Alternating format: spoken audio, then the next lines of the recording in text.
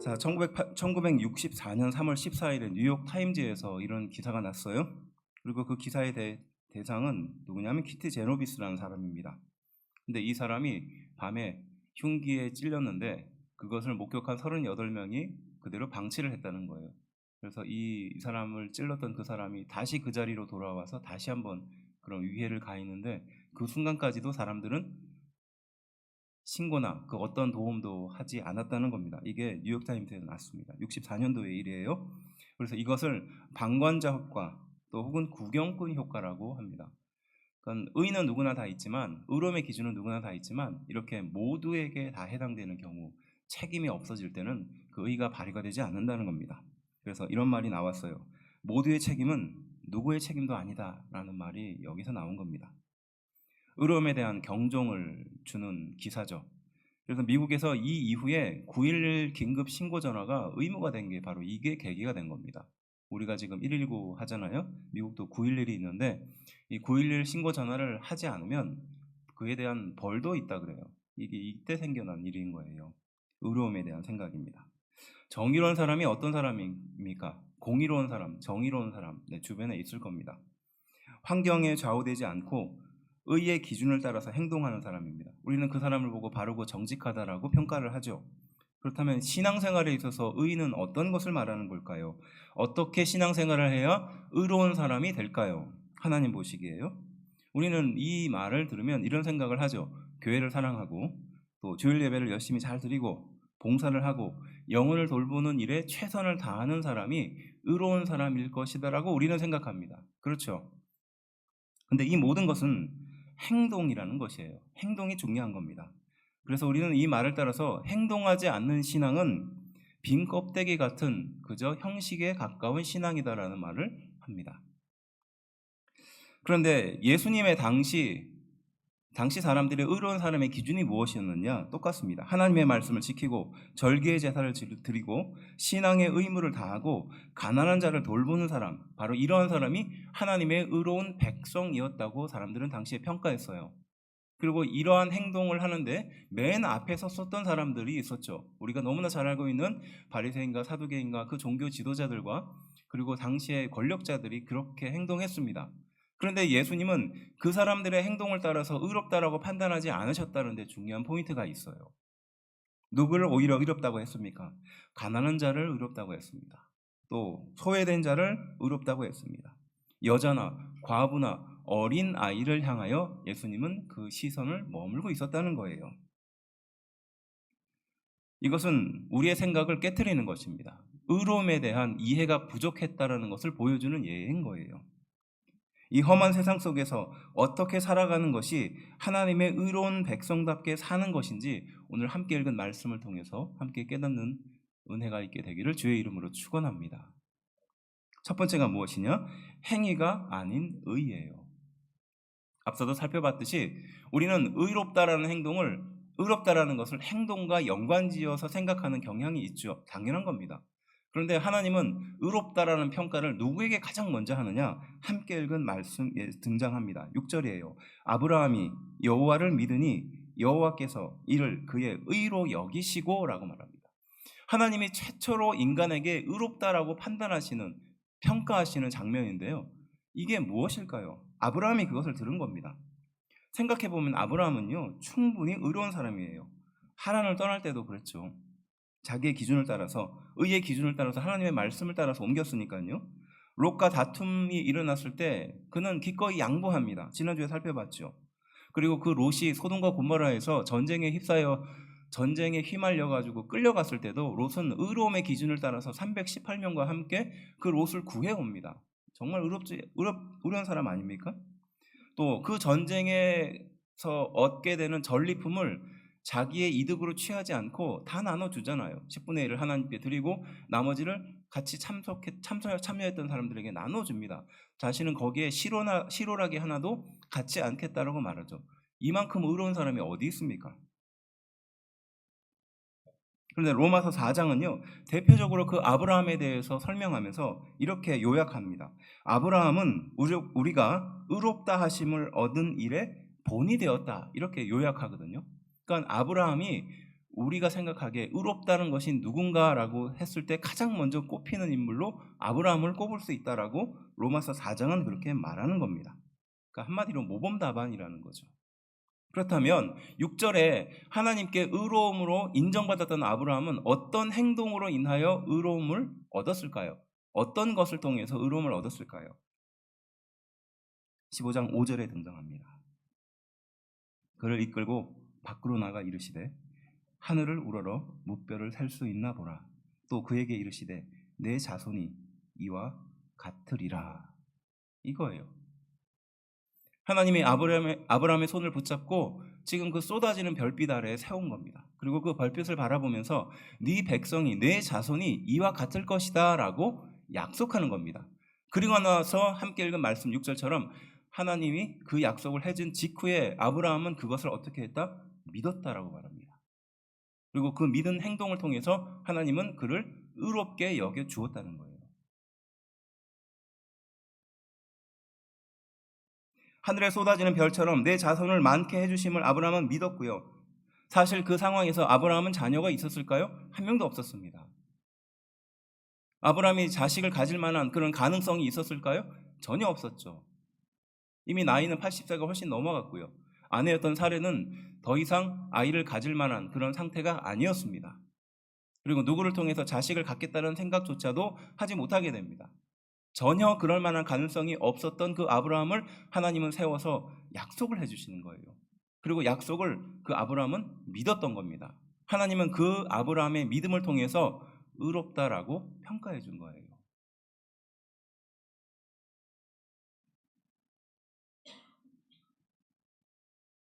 아브라함에게 자녀가 전혀 없었음에도 불구하고 그런데 하나님의 그 약속을 아브라함이 믿었기 때문에 바로 하나님은 그를 의롭다라고 평가해 준 겁니다. 그래서 로마서 4장 2절은 이렇게 그를 평가합니다. 만일 아브라함이 행위로서 의롭다 하심을 받았으면 자랑할 것이 있으려니와 하나님 앞에서는 없느니라 라고 말하는 거예요. 그러니까 아브라함이 의롭다라고 평가받은 것은 아브라함이 의롭게 행동해서가 아니라 믿었기 때문이라는 거예요. 하나님의 약속을 믿었기 때문에 하나님은 아브라함을 의롭다라고 평가해 주셨다라고 로마서는 말하는 겁니다. 행동보다 더 중요한 것이 있다는 것을 우리는 알 수 있습니다. 무엇일까요? 하나님의 약속을 믿는 것이에요. 다시 한번요. 행동보다 더 중요한 것이 있는데 그것이 무엇인가? 하나님의 약속을 믿는 것입니다. 이것이 우리를 하나님이 의롭다라고 판단해 주시는 기준이라는 겁니다. 생각해보면 아무나 할 수 있는 것이 아닙니다. 긍정의 힘보다 더 뛰어난 능력입니다. 요게 소위 세상 사람들이 말하는 것처럼 자신의 미래에 대해서 자신의 일에 대해서 긍정적인 생각을 하면 인생이 바뀔 것이라고 가르치죠. 처세술이 그렇게 가르칩니다. 하지만 그것보다 더 강력한 힘이 있다는 것이에요.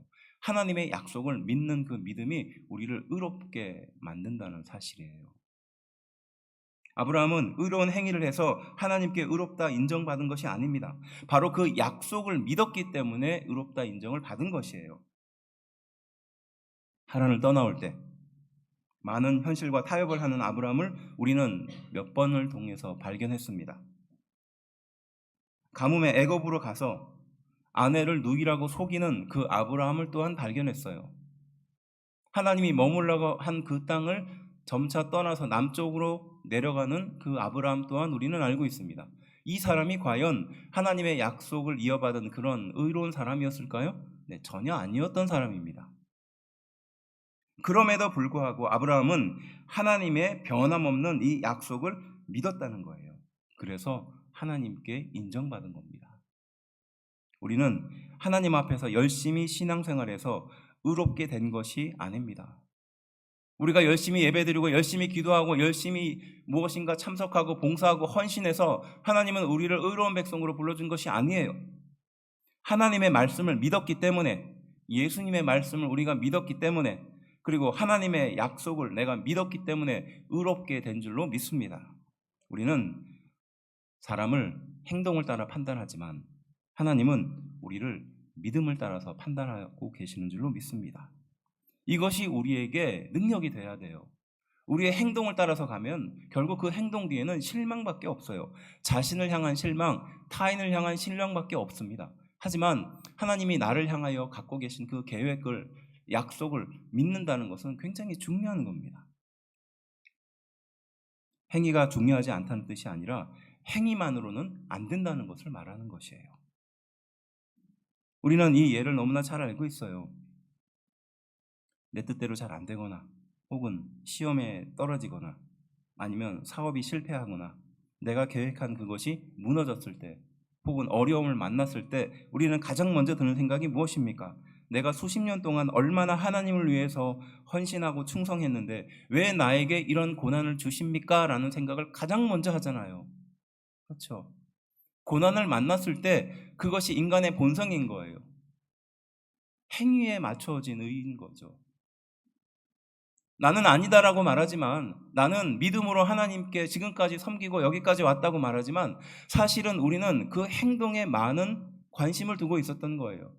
행동에 미련을 두고 있었던 거죠. 내가 이렇게 열심히 노력했는데, 내가 과거에 그렇게 헌신했는데 하나님 왜 나에게 이런 고통을 주십니까? 라고 먼저 그 행동에 집착하는 모습을 보인다는 거예요. 그렇다면 믿음의 초점을 갖는 사람은 어떻게 반응할까요? 지금 이 어려운 시험에도 불구하고 나를 이 고난에서 건지시고 회복할 것을 믿습니다라고 고백하는 거죠. 그리고 더 나아가 내게 주신 약속을 이루실 것을 나는 변함없이 믿습니다. 이것이 행위에 의한 의가 아니라 믿음에 의한 의를 우리에게 설명하는 장면이에요.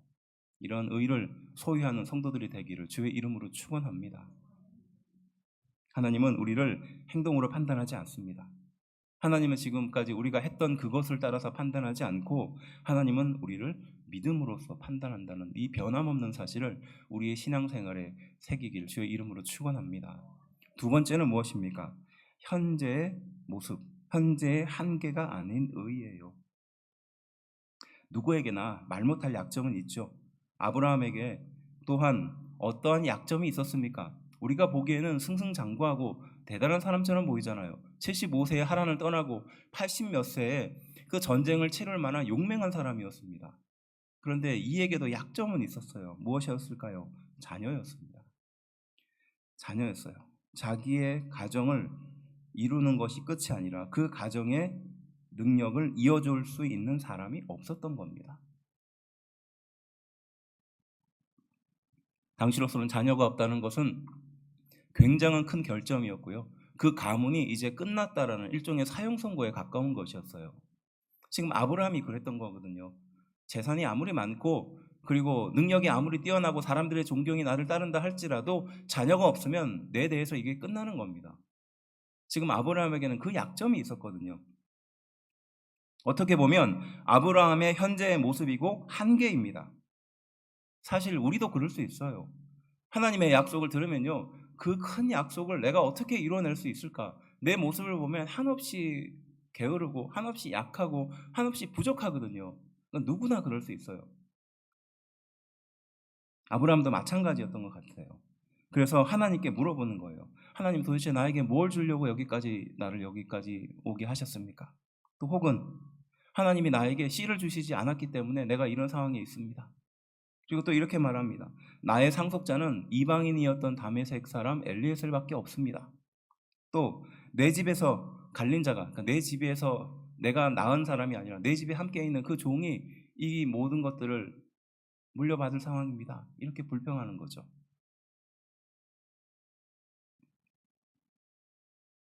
2절 말씀이 아브라함이 이르되 주 여호와여 무엇을 내게 주시려 하나이까? 나는 자식이 없사오니 나의 상속자는 이 다메섹 사람 엘리에셀이니이다. 3절 아브라함이 또 이르시되 주께서 내게 씨를 주시지 아니하셨으니 내 집에서 갈린 자가 내 상속자가 될 것이니이다. 이게 아브라함의 한계였어요. 하나님이 그를 향한 축복과 약속을 주었지만 아브라함은 하나님을 만나자마자 마음속에 있는 불평을 꺼내는 거예요. 하나님, 저에게 씨를 주지 않으시지 않았습니까? 하나님, 무엇을 주려고 저를 여기까지 불렀습니까?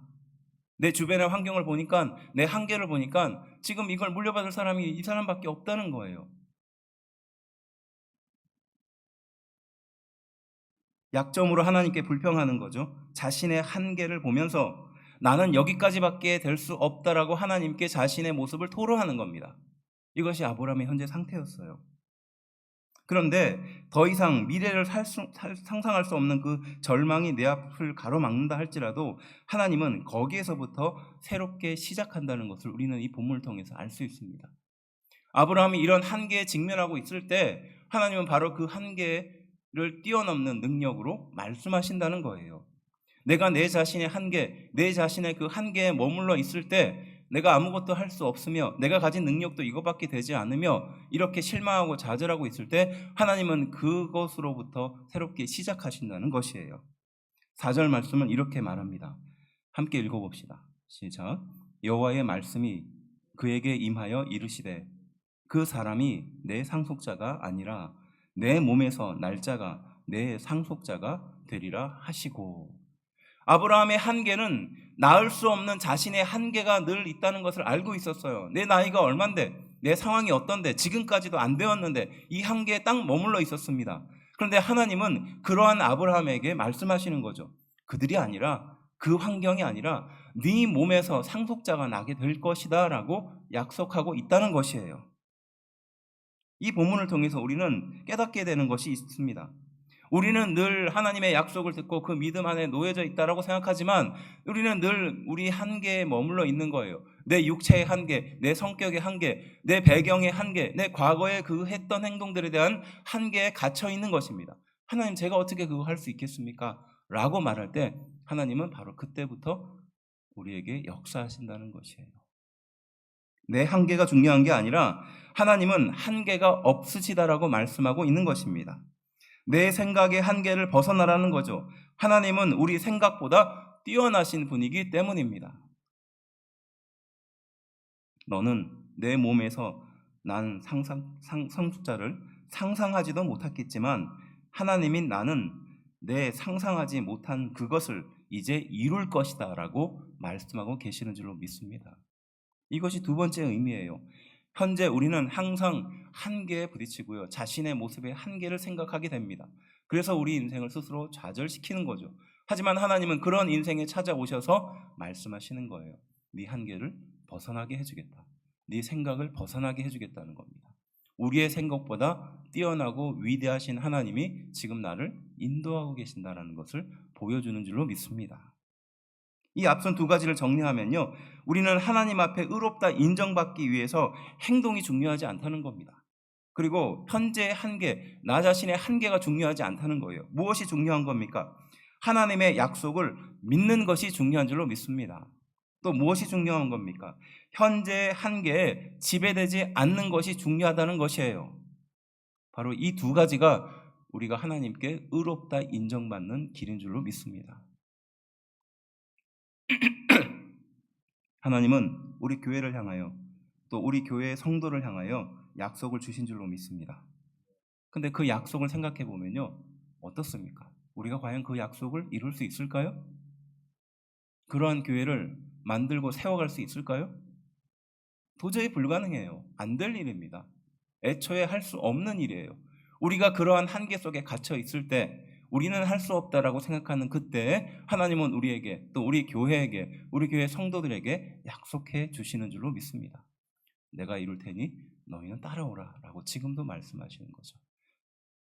그 약속을 믿고 현재의 한계에 지배되지 않는 하나님의 거룩한 백성, 하나님의 거룩한 성도, 또 하나님의 거룩한 교회가 되라고 지금도 말씀하고 계시는 줄로 믿습니다. 그렇다면 마지막 무엇을 우리에게 교훈하고 있을까요? 세 번째, 하나님의 약속의 의예요. 하나님의 의죠. 아브라함은요, 바로 이 상황에서 하나님께 또다시 질문을 합니다. 8절 말씀인데요, 제가 읽어드릴게요. 하나님께 질문하는 거예요. 앞서 그 약속을 듣고 의롭다라고 인정받았던 아브라함이 한 번 더 하나님께 물어요. 그가 이르되 주 여호와여, 내가 이 땅을 소유로 받을 것을 무엇으로 알리이까? 하나님이 아브라함에게 가나안 땅을 주겠다 약속하고 거기에 수많은 민족을 주겠다고 했는데 이 땅이 내 거라는 것을, 하나님이 나에게 허락한 것을 내가 어떻게 알겠습니까? 하나님의 약속을 믿지만 그 증거를 보여달라고 말하는 거죠. 막막했을 수도 있습니다. 또 적들이 주변에 너무 많으니까 그렇죠. 또 아브라함의 나이도 그렇습니다. 또 자녀도 없는데 그런 생각할 수 있지 않았을까요? 하나님이 나에게 그 큰 약속을 주셨는데 그 약속에 대한 증거를 좀 보여달라는 거예요. 지금 아브라함이 하나님께 요구하고 있는 겁니다. 그때 이제 하나님은 움직이기 시작해요. 무엇이냐? 횃불 언약으로 약속하는 겁니다. 이 뒷부분에 나오거든요. 제가 간단히 내용을 요약하면요. 9절에 먼저 이렇게 말합니다. 아브라함에게 3년 된 암염소와 순양과 산 비둘기와 집 비둘기 새끼를 가져오라고 하나님이 명령하십니다. 그리고 10절에 그것을 쪼개라고 합니다. 반으로 나누라고 해요. 물론 작은 것은 쪼개지 않습니다. 그래서 그 쪼갠 고기 사이로 바로 하나님이 지나가는 거예요. 이것을 횃불 언약이라고 표현하는데요. 17절 말씀이 바로 그걸 말합니다. 해가 져서 어두울 때에 연기 나는 화로가 보이며 타는 횃불이 쪼갠 고기 사이로 지나가더라. 이렇게 말하거든요. 확실한 증거를 보여달라고 말하는 아브라함에게 하나님은 바로 그 쪼갠 고기 사이로 횃불로 지나가시는 거예요. 이게 횃불 언약의 의미가 있었던 거군요. 당시에 어떤 사람과 계약을 하고 약속을 했을 때 이 횃불 언약이라는 것을 하는데 약속을 하는데 이것은 계약의 당사자가 그 죽음 사이를 지나가면서 만약 약속을 깰 경우 이처럼 죽음을 맞이할 것이다라고 말하는 거거든요. 그러니까 하나님은 아브라함과 그 약속을 하면서 하나님 자신이 불로써 그 자리를 지나가는 거예요. 무엇을 말하는 걸까요? 죽음으로써 이 약속을 내가 지키겠다라고 약속하는 겁니다. 아브라함이 이 땅이 진짜 내 땅이 맞습니까? 라고 말하고 있을 때 하나님은 내가 죽음으로써 이 약속을 지켜주겠다라고 횃불 언약으로 보여준 거예요. 의로움과 약속을 죽음으로 연결시킨 겁니다. 그래서 이 의미는 하나님이 그 약속의 주인이라는 뜻입니다. 반대로 보면요. 아브라함은 그 약속을 전혀 지킬 수가 없는 상태거든요. 그런데 하나님인 내가 그 약속을 지켜주겠다라고 보증하는 겁니다. 또 무엇을 우리에게 보여주는 걸까요? 하나님이 그 약속의 굴레에 직접 들어가겠다는 겁니다. 그 위대하신 하나님이 얽매일 필요가 없는 하나님이 바로 죽음을 대가로 그 약속을 지키겠다라는 그 굴레에 스스로 들어가시는 거예요. 그래서 이 횃불 언약에는 사랑이 담겨 있고 은혜가 담겨 있고 자기 겸손과 자기의 낮춤이 담겨 있는 겁니다. 그래서 우리는 이 횃불 언약을 예수님이 세상에 오실 것을 예표한다라고 말해요.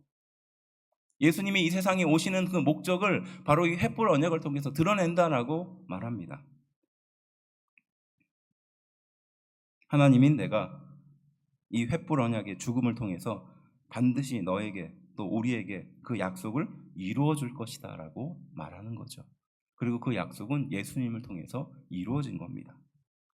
앞서 살펴봤듯이 인간은 전혀 그 약속을 지킬 수 없는데 하나님이 그 계약의 당사자가 되어서 스스로 그 굴레에 들어가신 거예요.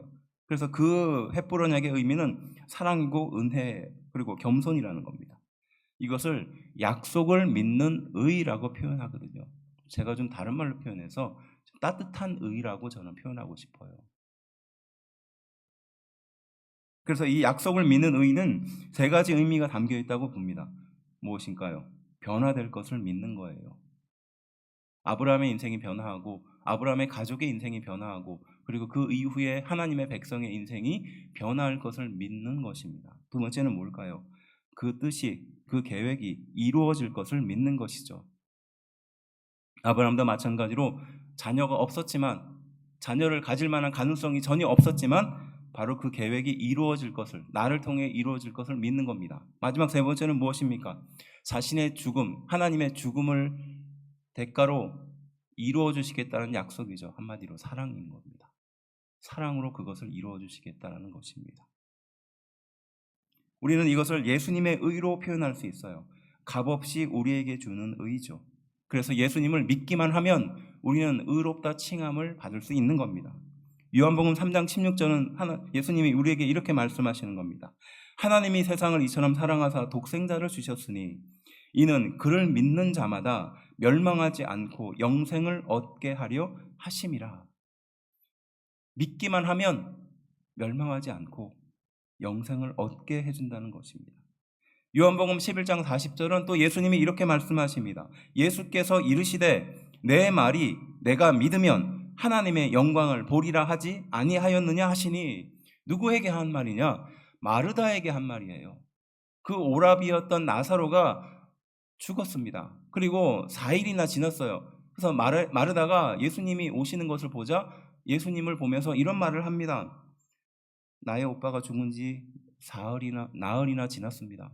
이미 그 몸에서 냄새가 납니다. 이게 마르다가 예수님께 했던 말이거든요. 그 말을 듣고 예수님이 하신 말씀이에요. 내 말이 내가 믿으면 하나님의 영광을 보리라 하지 아니하였느냐?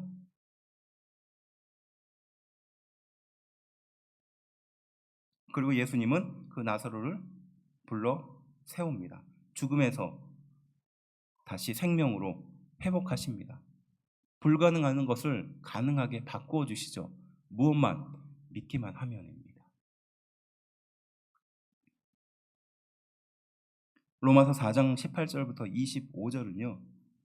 이 아브라함에 대해서 아주 자세히 설명합니다. 그리고 이 아브라함이 어떻게 우리의 믿음의 조상이 되었는가에 대해서 설명하죠. 그리고 아브라함의 믿음의 가치를 이 로마서 4장은 설명하는데요. 몇 가지 제가 간단하게 말씀드리면, 그 아브라함은 바랄 수 없는 중에 바라고 믿었다라는 거예요. 그렇죠. 도저히 바랄 수 없는 상태인 거예요. 전혀 가능성이 없었는데 그 아브라함이 그것을 바라고 믿었다는 겁니다. 또 아브라함은 어떤 사람이었습니까? 알고도 믿음이 약하여지지 아니하였다는 겁니다. 자신의 한계가 거기밖에 안 된다는 것을 알고 있었지만 믿음은 결코 약해지지 않았다라고 표현하는 겁니다. 또 약속하신 그것을 또한 능히 이루실 것을 확신했다라고 말하죠. 아브라함에게 주셨던 그 약속을 이루어 주실 것이라는 것을 확신했다는 겁니다. 이것이 바로 아브라함의 의에 대한 평가예요. 그러면서 23절부터 25절 말씀은 이에 덧붙여서 이렇게 말하는 겁니다. 우리 긴 말씀이지만 함께 읽어보겠습니다. 읽어봅시다. 시작. 그에게 의로 여겨졌다 기록된 것은 아브라함만 위한 것이 아니요 의로 여기심을 받은 우리도 위함이니, 곧 예수 그리스도 가운데 살신 이를 믿는 자니라. 예수는 우리가 범한 것 때문에 내줌이 되고 또한 우리를 의롭다 하시기 위하여 살아나셨느니라. 아멘. 아브라함이 그러한 의를 얻은 것은 아브라함 때에 끝난 것이 아니라 우리를 위해서 하셨다는 것입니다. 그리고 그것을 위해서 예수님이 이 세상에 오신 것이고 죽으신 것이고 범죄한 우리 때문에 내어줌이 되었고 우리는 그 예수님을 믿음으로 의로움으로 다시 살아나게 되었다라고 말씀하고 계시는 줄로 믿습니다. 아브라함이 의로운 사람이 된 것처럼 우리를 위해 예수님이 우리의 의를 이루기 위해서, 의로운 하나님의 자녀가 되기 위해서, 구원으로 믿음으로 의로운 하나님의 백성이 되기 위해서 바로 예수님이 십자가에 달려 돌아가셨다는 사실입니다. 우리는 그래서 그 예수님을 믿기만 하면 의로운 사람이 된 것이에요. 불가능한 것이 이제 가능한 사람이 된 것입니다. 하나님의 약속이 나를 통해서 이루어지는 사람이 된 것이에요. 세상은 우리를 향하여 끊임없이 자신의 한계를 보라고 가르칩니다. 내 인생의 한계는 여기밖에 안 되니까 여기를 따라서 인생을 누리라라고 말합니다. 내 지식의 한계도 거기밖에 안 되고 내 능력의 한계도 거기밖에 안 되니 거기에 수긍하며 지내라고 말합니다. 그래서 스스로에게 위로하면서 스스로에게 상을 주면서 그렇게 살라고, 위안받으면서 살라고 가르칩니다. 하지만 하나님은 우리에게 절대 그렇게 말씀하지 않아요. 우리의 현재의 한계, 부족한 모습이 있음에도 불구하고 늘 흔들리고 넘어지고 자빠질 수밖에 없는 인생임에도 불구하고 하나님은 우리에게 약속을 주신다는 거예요. 그리고 약속을 믿고 붙들면 그 인생으로 인도해 주시고 그 약속을 반드시 이루어 주신다라고 교훈하고 있다는 사실입니다. 목회를 하다 보면 수많은 사람들을 만납니다. 그 수많은 사람들 중에서 딱 두 부류로 나누면요, 꺼져가는 불씨처럼 사는 사람들이 있어요. 언제 꺼질지 모르는 불씨처럼 사는 거예요. 연명하듯이 사는 거예요. 그런데 어떤 사람을 보면 꺼지지 않는 불꽃처럼 사는 사람들이 있습니다. 정말로 꺼지지 않는 불꽃처럼 살아요. 하나님이 나에게 주신 그 사역과 사명들을 이루고 나에게 주신 그 꿈을 이루기 위해서 인생의 마지막까지 자신의 모든 에너지를 다 쏟는 그런 불꽃처럼 사는 사람들이 있다는 것이에요. 그런 사람이 되고 싶지 않으십니까? 내 한계에 늘 갇히고 내 행동에 늘 갇혀서 그렇게 실망하고 좌절하는 인생이 아니라 하나님이 나를 향하여 주신 그 위대한 약속과 그 믿음을 따라 살아가는 사람이 되고 싶지 않으십니까? 약속을 믿는 사람, 십자가를 지는 사람, 상 주시는 이를 바라보는 사람이 되기를 주의 이름으로 축원합니다. 세상은 우리를 향하여 상 주지 않습니다. 우리가 아무리 열심히 선을 행했다 할지라도 세상은 우리의 마지막 순간에 상을 주지 않아요. 하지만 우리 인생에 마지막에 상을 주시는 분이 있다는 것을 우리는 늘 기억해야 되는 줄로 믿습니다. 정리하면 행위가 아닌 의죠. 그리고 현재의 모습이 아닌 의입니다. 그리고 하나님의 약속의 의예요. 이 세 가지로 정리해 볼 수 있어요. 앞선 내용과 연결시켜 보면 하나님의 약속을 믿는 의는 따뜻한 의인데요. 이것은 변화될 것을 믿는 겁니다. 행동이 아니죠. 하나님이 나에게 주시는 그 은혜를 따라서 나의 성향이 바뀌고 나의 환경이 바뀌고 나의 미래가 바뀌는 것을 믿는 것이에요. 또 무엇을 말하는 걸까요? 이루어 주실 것을 믿는 겁니다. 현재의 내 모습이 아니라 또 날로 쇠락해지는 내 건강이 아니라 하나님이 나를 통해서 이루어 주실 그것을 바라보는 것이에요. 세 번째는 무엇일까요? 사랑으로 하실 것을 믿는 거예요. 하나님이 직접 자신의 죽음을 담보로 그 횃불을 지나갔던 것처럼 지금 우리에게도 죽음으로써 약속해 주고 계시는 줄로 믿습니다. 내가 내 인생을 반드시 책임질 거야. 내가 너의 꿈을 반드시 이루어 줄 거야. 하나님이 내가 너에게 심어준 그 꿈을 너의 인생을 통해서 반드시 꽃피게 해줄 거야. 이것이 하나님이 지금도 우리에게 주신 약속인 줄로 믿습니다. 이 약속이 붙들리는 사람은 앞서 말한 것처럼 불꽃처럼 인생을 살아가는 것이에요. 이 이후에 이스라엘 백성들은 과연 신뢰할 만한 백성이었습니까? 오늘 주제에 맞춰서 질문을 바꿔보면 이 이후에 이스라엘 백성들은 과연 의로운 하나님의 백성이었습니까? 그렇지 않죠. 틈만 나면 하나님을 배반하고 과거의 상처로 돌아가고 하나님께 원망하고 하나님의 그 어떠한 계획을 신뢰하지 못하는 우상숭배로 돌아가는 이스라엘 백성들을 우리는 알고 있어요. 그리고 우리와 같은 하나님의 백성은 과연 신뢰하고 의로운 사람입니까? 그렇지 않다는 것을 잘 알 수 있죠. 또 우리의 교회의 성도는 과연 신뢰하고 의로운가? 네, 전혀 그렇지 않죠. 자신의 부족한 모습을 보면 또 실망과 어려움 앞에 늘 넘어지는 자신을 보면 그렇지 않다는 것을 알 수 있습니다. 절대 그러할 수 없다는 것을 우리는 누구보다도 잘 알고 있어요. 그렇지만 아무리 우리가 엉망인 상태여도 우리를 향하여 기대와 사랑을 변함없이 주시는 그분이 계신다는 것을 우리는 말씀을 통해서 깨닫게 됩니다. 나를 향해서 지금도 변함없는 사랑과 계획을 갖고 계시는 그 하나님이 있다는 것을 우리는 발견하게 되는 거예요. 예수님이 바로 우리가 그러한 마음을 갖기 위해서 그 갖는 마음을 영원히 갖게 하기 위해서 우리가 할 수 없는 그것을 하기 위해 세상에 오신 줄로 믿습니다. 우리의 가치를 따라서 예수님이 죽으셨다는 거예요. 우리가 얼마나 소중한지 그 위대하신 하나님의 아들이 우리를 위해서 대신 죽은 거예요. 그만큼 우리는 가치 있는 인생이고 가치 있는 목숨이라는 겁니다. 그래서 우리는 이것을 따뜻한 의라고 표현하는 겁니다. 바로 이 따뜻한 의로 살아가는 성도들이 되기를 주의 이름으로 축원합니다. 과거로부터 고난을 많이 겪어온 사람이거나 혹은 결핍이나 어려움에 처했던 사람은요, 몇 가지 특징이 있어요. 어떻게 보면 약점이 있습니다. 그것이 뭐냐? 좀 극단적인 성향이 있어요. 제가 제 자신을 봐도 그렇고요. 그런 모습들이 보일 때가 있습니다. 그런데 이게 저나 어떤 몇몇 사람의 경험에서 끝날 일이냐? 그렇지 않아요. 현대 사회가 우리를 그렇게 만들어가고 있습니다. 극단적인 성향으로 우리를 몰고 가게 만들어요. 그래서 우리 뉴스를 보면 세상에 있는 많은 사람들이, 특별히 청년들이, 젊은 아이들이, 또 심지어는 초등학생들이 극단적인 행동들을 저지르는 것을 잘 알 수 있습니다. 세상은 끊임없이 요구합니다. 의와 정의에 목마르다라고 말하죠. 몇 년 전에 유행했던 것처럼 정의란 무엇인가라는 그 강의가 전 세계를 휩쓸었던 것처럼, 왜 사람들은, 현대인들은 왜 정의에 대해서, 의에 대해서 이렇게 갈급하고 있는가? 이유는 한 가지입니다. 고난이 많기 때문에 그래요. 결핍이 많기 때문에 그래요. 사단이 이 세상을 지배하는 한, 공중권세를 잡은 한, 우리는 끊임없이 그런 고난 속에 살 수밖에 없는 겁니다.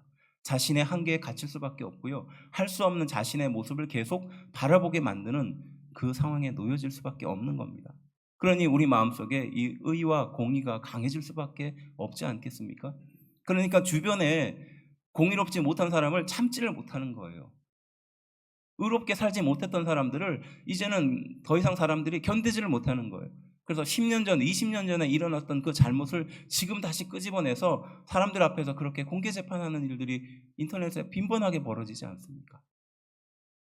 물론 그들을 용서해야 된다는 말은 중요하지만요, 그들의 잘못은 우리가 하나님의 말씀으로, 은혜로 용서할 수 있어요. 근데 마음 깊숙한 곳에 용서가 잘 안 되는 이유가 바로 여기 있는 거예요. 타인을 용서하기 쉽지 않은 현대를 살아가고 있죠. 이것은, 자신을 용서하는 것은 말할 것도 없는 겁니다.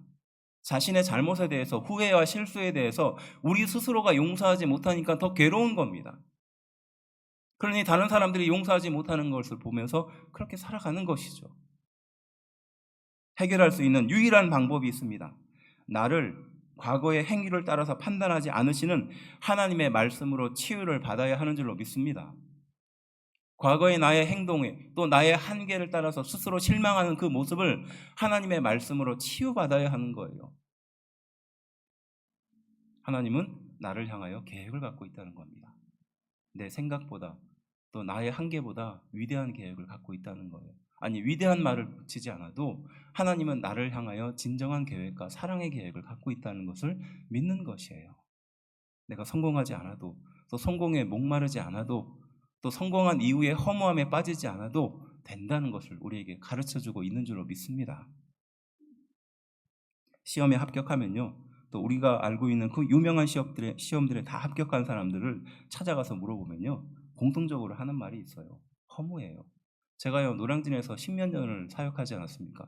거기에서 정말 수많은 학생들을 만났어요. 시험을 만나서 시험을 준비하는 학생들이에요. 1년 내내, 아니 10년 내내 그 시험 한 가지에 매달려가지고 그렇게 매달리는 아이들을 저는 14년을 넘게 봤습니다. 그래서 그 아이들이 합격하고 난 뒤에 어떤 행동을 하는지, 어떤 생각을 갖는지 저는 누구보다도 잘 알고 있어요. 뭡니까? 허무함이에요. 내가 이거 하려고 내가 10년 동안 매달렸나? 이런 생각을 하는 사람들이 대부분입니다. 뭐 때문에 이렇게 됐을까요? 타인을 용서하는 것이 쉽지 않고 자신을 용서하는 것이 쉽지 않은 자신의 상태를 보여주는 겁니다. 행동이 중요하지 않다가 아니라 행동보다 나를 향한 믿음을 먼저 갖는 것을 말하는 거예요. 하나님이 나를 향하여 계획을 갖고 있고 나를 향하여 믿음을 갖고 있다는 것을 깨닫는 것이 먼저인 줄로 믿습니다. 행동으로는 의로운 자녀가 될 수 없지만 믿음으로는 의로운 자녀가 될 수 있습니다. 이 믿음이 의로운 행동을 할 수 있게 해주는 것입니다. 하나님의 약속을 믿는 자녀는 그 행동이 의로울 수밖에 없는 것이에요. 그래서 믿음 없는 행동은 외식과 같은 것입니다. 우리의 신앙의 행동에, 우리의 신앙의 행위에 믿음이 없다면 그것은 아무런 의미가 없다는 것을 말하는 것인 거예요.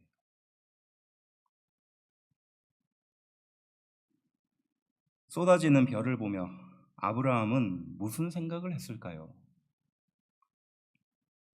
쏟아지는 별을 보면서 하나님은 그 아브라함의 손을 붙잡고 그 별 아래에서 약속을 해주시죠. 네 자손이 이와 같이 많을 거야. 그때 아브라함은 무슨 생각을 했을까요? 하나님은 그런 아브라함에게 어떠한 꿈을 꾸고 계셨을까요? 그 순간에 아브라함은 무슨 생각을 했을까요? 나는 자녀도 없고 내가 할 가능성도 없고 또 이룰 만한 그 희망도 보이지 않는데 하나님은 왜 나에게 이 별을 보여주실까?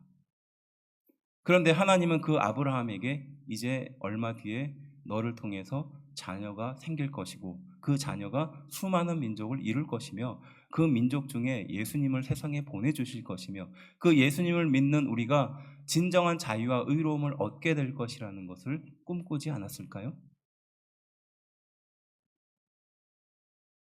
나의 인생을 향하여 하나님은 약속을 보여주고 계십니다. 아브라함처럼 쏟아지는 별을 보여주고 계시는 거죠. 그때 나는 무슨 생각을 하고 있을까요? 그것을 어떻게 이룰 수 있을까? 내 능력은 불가능한데, 내 현재의 상태로는 가능할 수 없는데, 이런 생각을 하고 있을 때 하나님은 변함없이 아브라함 때와 같이 우리를 향하여 그 계획을 꿈꾸고 계시는 줄로 믿습니다. 말씀을 마치며 히브리서 4장 14절부터 16절 말씀을 결말로 함께 나누려고 합니다. 우리 함께 한 목소리로 이 말씀을 읽겠습니다. 읽어봅시다. 시작. 그러므로 우리에게 큰 대제사장이 있으니 승천하신 이 곧 하나님의 아들 예수시라. 우리가 믿는 도리를 굳게 잡을지어다. 우리에게 있는 대제사장은 우리의 연약함을 동정하지 못하실 이가 아니요 이 모든 일에 우리와 똑같이 시험을 받으신 이로되 죄는 없으시니라. 그러므로 우리는 긍휼하심을 받고 때를 따라 돕는 은혜를 얻기 위하여 은혜의 보좌 앞에 담대히 나아갈 것이니라. 아멘. 이 말씀처럼 예수님이 우리가 할 수 없는 그것을 하기 위해서 오셨고 그것을 이루신 줄로 믿습니다. 그래서 우리는 이 말씀의 뒷부분에 나와 있는 것처럼 긍휼을 기다리며 하나님이 우리 인생을 향하여 베푸시는 그 긍휼을 기다리며 때를 따라서 필요할 때마다 나에게 돕는 은혜를 얻기 위하여 하나님의 은혜의 보좌 앞에 담대히 나아가는 그런 인생으로 살아야 될 줄로 믿습니다. 의는 무엇입니까? 그것은 믿음입니다. 그리고 지금 하나님은 우리 인생을 통해서 그 의를 이루어 나가고 계시는 줄로 믿습니다. 기도합시다.